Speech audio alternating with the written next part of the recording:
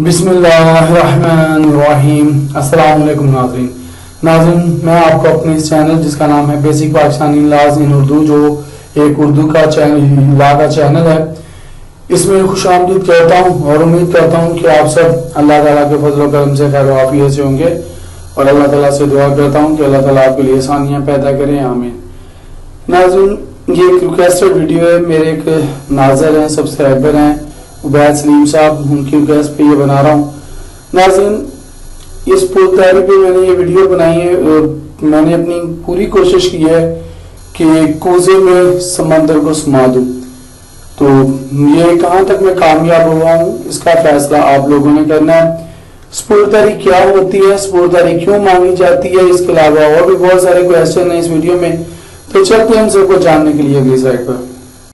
स्पुरतारी जब भी किसी जायदाद अनुकूला जैसे कि कार, नकदी, जेवरात, मोटरसाइकिल, ट्रैक्टर, बस, पिस्तौल, बंदूक, मोबाइल वगैरह की बाबत कोई मुकदमा दर्ज होता है तो पुलिस इस जायदाद को माल मुकदमा के तौर पर अपने कब्जा में ले लेती है ताकि मुतल्लिका अदालत में बराए मुलाजा इसको पेश किया जा सके। लेकिन माल मुकदमा को चूंकि हिफाजत के साथ नहीं रखा जाता और इसके नुकसान का खदशा होता है, इसलिए हम मुतल्लिका अदालत से रुजू करके इस माल मुकदमा को वापस ले सकते हैं। नाज़रीन, ये सिविल कोर्ट में केस चलता है, इसे स्पुरतारी कहा जाता है। नाज़रीन, पाकिस्तान और भारत में स्पुरतारी का मुकम्मल कानून मौजूद है जिसे कानून स्पुरतारी कहते हैं। बांग्लादेश में भी है और इनके स्पुरतारी के नाम से है। बरतानिया और अमेरिका में इसे रिकवरी लॉ कहा जाता है। अब सवाल है कि माल मुकदमा अदालत से कैसे वापस लिया जा सकता है। नाज़रीन, इस सिलसिले में मैं आपको अदालत से रुजू करना होगा क्योंकि पता नहीं इस मुकदमे का कब फैसला हो जिसमें आपकी जायदाद मनकूला माल खाना में है। आपको एक दरखास्त देना होगी जिसको दावा कहा जाएगा। मैं आपको ये लिखना, उसमें आपको ये लिखना होगा कि बाहर मेहरबानी इस केस का ये मुख्तसर सा तारीख बता रहा हूँ कि जो आपने लिखना, बाकी आपने कहानी पूरी बनानी है। कम माल मुकदमा मेरे हवाले कर दिया जाए और मैं इसके एवज अदालत में कोई भी जमानत दाखिल करने के लिए तैयार हूं और जब भी अदालत को इस माल मुकदमा की जरूरत होगी तो मैं इसे अदालत में पेश करने का पाबंद होऊंगा। तो इस सूरत में अदालत अगर आपकी बात से मुतमिन हो जाए तो वो आपको माल मुकदमा दे देती है। तो नाज़रीन, इस दावा के साथ आपको गाड़ी के जो भी चीज है उसके कागजात वगैरह आपको साथ लगाने होंगे। अब सवाल है, पुलिस किन वजूहात पर आपकी जायदाद मनकूला अपने पास रख सकती है। नाज़रीन, इसकी तीन मेन वजूहात हैं। नाज़रीन, जायदाद मनकूला मुंतजर जेल तीन वजूहात की बिना पर पुलिस अपने पास रख सकती है। नंबर एक, अगर जायदाद मनकूला लावारिस हो। इसकी मिसाल मैं यहाँ पर दे रहा हूँ। मिसाल के तौर पर फर्ज करें कि किसी कार, बस या मोटरसाइकिल वगैरह के एक्सीडेंट हो जाता है और ड्राइवर महफूज होता है जिसके साथ एक्सीडेंट हुआ है, उसका नुकसान बहुत ज्यादा हो जाता है, उसका कोई बाजू, टांग शांग टूट जाती है, वो मौके पर ही उसकी डेथ हो जाती है, तो ड्राइवर जो होता है मौका से फरार हो जाता है और अपनी जान बचाने और पुलिस की कार्रवाई से बचने के लिए वहां से फरार हो जाता है। इस तरह वो जायदाद मनकूला लावारिस हो जाती है। या वैसे ही कोई जायदाद पड़ी हो तो पुलिस वाले को पता चले, पुलिस उसको अपने कब्जे में ले लेती है। फिर जब मामला ठंडा होता है तो इसको क्लेम कर लिया जाता है, क्लेमर सामने आ जाता है कि ये मेरी है जी, ये जायदाद जो मूवेबल प्रॉपर्टी है ये मेरी है, मोटरसाइकिल है, कार है, बस है, ट्रक है, ट्रेलर है।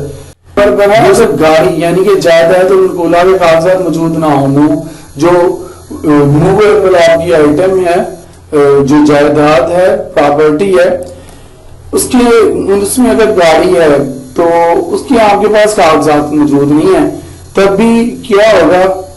इसकी मिसाल ये है कि फर्ज करें कि आप अपनी गाड़ी पर कहीं जा रहे हो और पुलिस आपको ज़ाब्ता फौजदारी की दफा 550 के तहत आपकी तलाशी लेती है और आपके पास कागजात मौजूद नहीं होते तो आपकी गाड़ी बंद कर देते हैं इस शक की बिना पर कि ये गाड़ी चोरी की हो सकती है।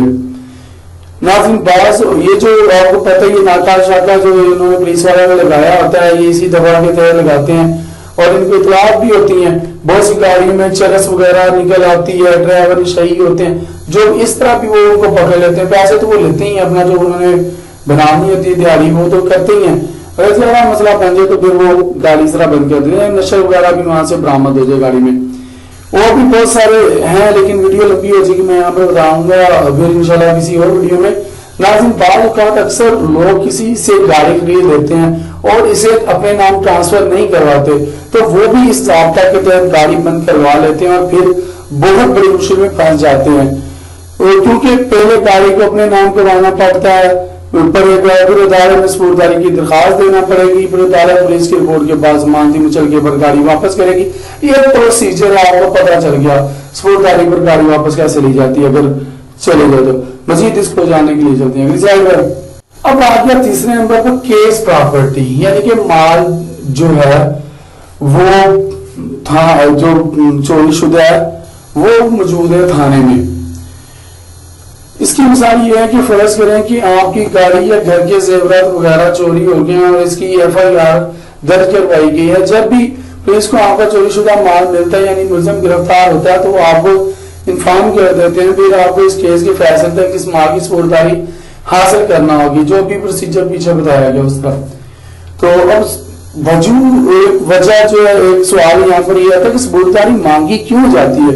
तो नाज़रीन, स्पुर्दारी मंदीजा झेल रुजवा की बिना पर मांगी जाती है। सबसे अहम वजह ये होती है कि सवारी जो होती है रोजगार का जरिया होती है, मतलब जैसे बस होगी, ट्रक हो गया, ट्रेलर हो गया, अगर इसको वापस ना किया जाए तो आमदन खत्म हो जाती है और ऐसी मशीन के खराब होने का भी इम्कान होता है। क्योंकि ये अभी मैं एक मिसाल देता हूँ, यहाँ गुजर सिंह का जो थाना है वहां पर उसके सामने देखें गाड़ियों का कब्रिस्तान है, इतनी गाड़ियां लगी वहां पर खराब हो रही हैं। तो इस तरह कोई चीज हो तो वो उसको पुलिस वाले भी इस्तेमाल करना शुरू कर देते हैं। तो ये भी एक वजह है कि हमें उसकी स्पुर्दारी लेना पड़ती है। स्पुर्दारी कौन मांग सकता है? नाज़रीन, जो असल मालिक है या जिसके कब्जा में आखिरी कब्जा था वो इसको हासिल करने का अव्वल हकदार होता है, बाद में मालिक तलब कर सकता है।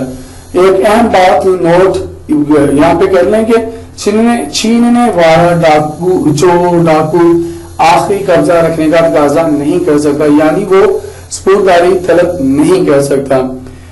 नाज़रीन, यहाँ पर मैं आपको बता दूं कि मेरी कोशिश होती है कि थोड़े वक्त में ज्यादा इल्म आपके साथ बांटें, इसलिए वीडियोस भी अच्छी नहीं बन पाती। तो समझ ना आने की सूरत में आप कमेंट्स कर सकते हैं, मैं इंशाल्लाह आपको कमेंट्स में जवाब दूंगा और देता भी हूँ। तो आज के लिए इतना ही, जिंदा रहे तो फिर इंशाल्लाह अगली वीडियोस में मिलेंगे। इजाजत दीजिए, अल्लाह हाफिज।